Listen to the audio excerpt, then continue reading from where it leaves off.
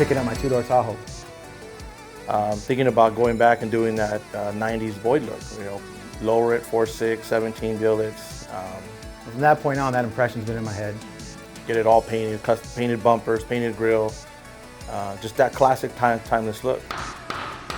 So in regards to the breakdown of the truck, we started first with the suspension, of course, and that included a 4.6 drop from crown suspension. Make sure it was nice and straight. Laid down the Createx color sealer on it, and then got it sanded and blocked again, and then after that we got it painted.